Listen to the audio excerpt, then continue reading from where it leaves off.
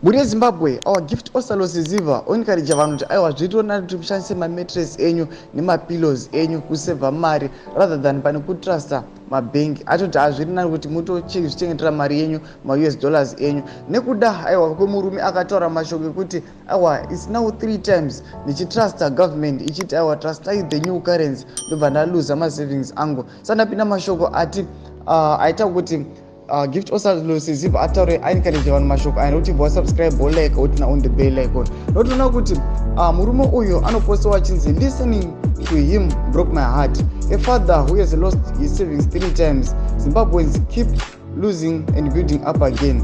We lose and build up again. Until when? This is depressing. Saka ndo mashoko aitaurwa nemurume achiti aiwa ndaingoluza masavings angu ndingo build up again kusvika rini izvezvi government iri kuti titrust the new currency zig tinoziva kuti mari iyi aiwa ichaita kuti zvigova nechimuko here kana kuti ichaita kuti tiluse futi. Saka osalo Siziba anobva aitaura mashoko achiti a broken down social contract leads to zero confidence. Therefore, people will resort to their pillows and mattresses than banks, who will want to lose their savings in the name of exhausted patriotism, reality.